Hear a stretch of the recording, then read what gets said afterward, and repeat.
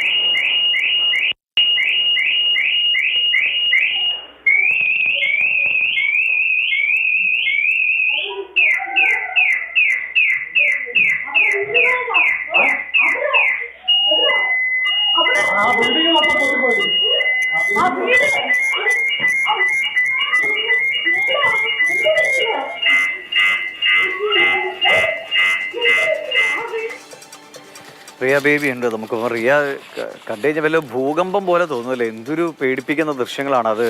ആളുകൾ എത്രത്തോളം അപ്പോൾ ഭയന്നാണെന്ന് നമുക്ക് ആ ദൃശ്യങ്ങൾ കാണുമ്പോൾ തന്നെ അറിയാം. എങ്ങനെയാണ് അവരുടെയൊക്കെ ആ വീടുകൾ തകർന്നത്? അതിലൊക്കെ എന്തെങ്കിലും നഷ്ടപരിഹാരം കിട്ടാനുള്ള സംവിധാനങ്ങളോ? ആളുകൾ ആ ഞെട്ടലിൽ നിന്ന് മാറിയിട്ടുണ്ടോ സത്യത്തിൽ?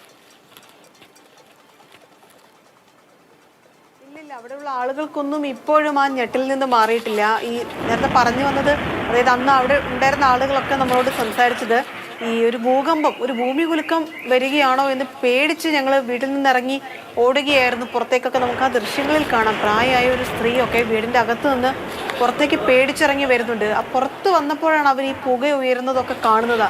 അപ്പോഴും അവർക്ക് മനസ്സിലാവുന്നില്ല ഇത് എന്താണ് സംഭവിക്കുന്നതെന്ന്.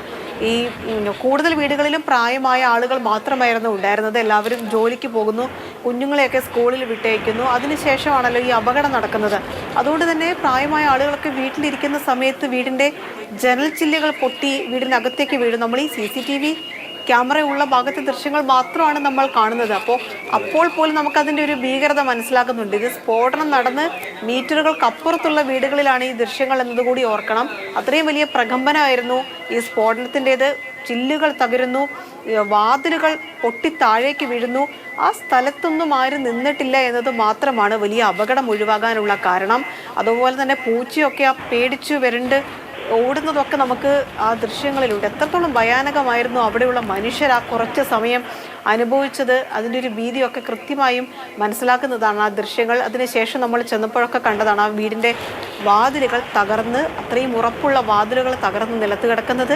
എല്ലാ വീടിൻ്റെയും ജനൽ ചില്ലുകൾ മുഴുവനും തകർന്ന് ആ വീടിനകത്തേക്ക് വീണ് കിടക്കുകയാണ്. ആ ചില്ലുകളൊക്കെ ആളുകളുടെ ദേഹത്ത് വീണിരുന്നെങ്കിൽ ഉണ്ടാകാവുന്ന അപകടത്തെക്കുറിച്ചൊക്കെ നമുക്ക് ആ ദൃശ്യങ്ങൾ കണ്ടാൽ മനസ്സിലാകും. ഒപ്പം തന്നെയാണ് ഈ സ്ഫോടനം നടന്ന സ്ഥലത്ത് നിന്ന് ആളുകൾ, സ്ഫോടക വസ്തുക്കൾ സൂക്ഷിച്ചിരുന്ന സ്ഥലത്ത് നിന്ന് ആളുകൾ ഇത് തുടങ്ങുന്ന സമയത്ത് പേടിച്ച് പുറത്തേക്ക് രണ്ടാളുകൾ വരുന്ന ദൃശ്യങ്ങൾ കൂടിയുണ്ട്. അങ്ങനെ അവിടെ നടന്ന ദുരന്തത്തിൻ്റെയൊക്കെ ഒരു വ്യാപ്തി, അതിനൊരു ഭീകരത മനസ്സിലാക്കുന്ന ദൃശ്യങ്ങളാണ് ഇപ്പോൾ പുറത്തു വന്നുകൊണ്ടേയിരിക്കുന്നത്. എന്തായാലും ആളുകൾ എപ്പോഴും അതിൻ്റെ ഞെട്ടലിലാണ്. ഉണ്ടായ നാശനഷ്ടങ്ങൾക്കപ്പുറത്തേക്ക് ആളുകൾക്ക് ആ മാനസിക ആഘാതം വിട്ടുമാറാനായിട്ടില്ല. കുഞ്ഞുങ്ങളൊക്കെ വലിയ ഞെട്ടൽ, വലിയ ശബ്ദം കേട്ടതിൻ്റെ ഒരു പേടി ഇപ്പോഴും ആ മനുഷ്യരുടെ ഒക്കെ മനസ്സിലൊക്കെ ഉണ്ട്. ഒരുപാട് സമയമെടുക്കും.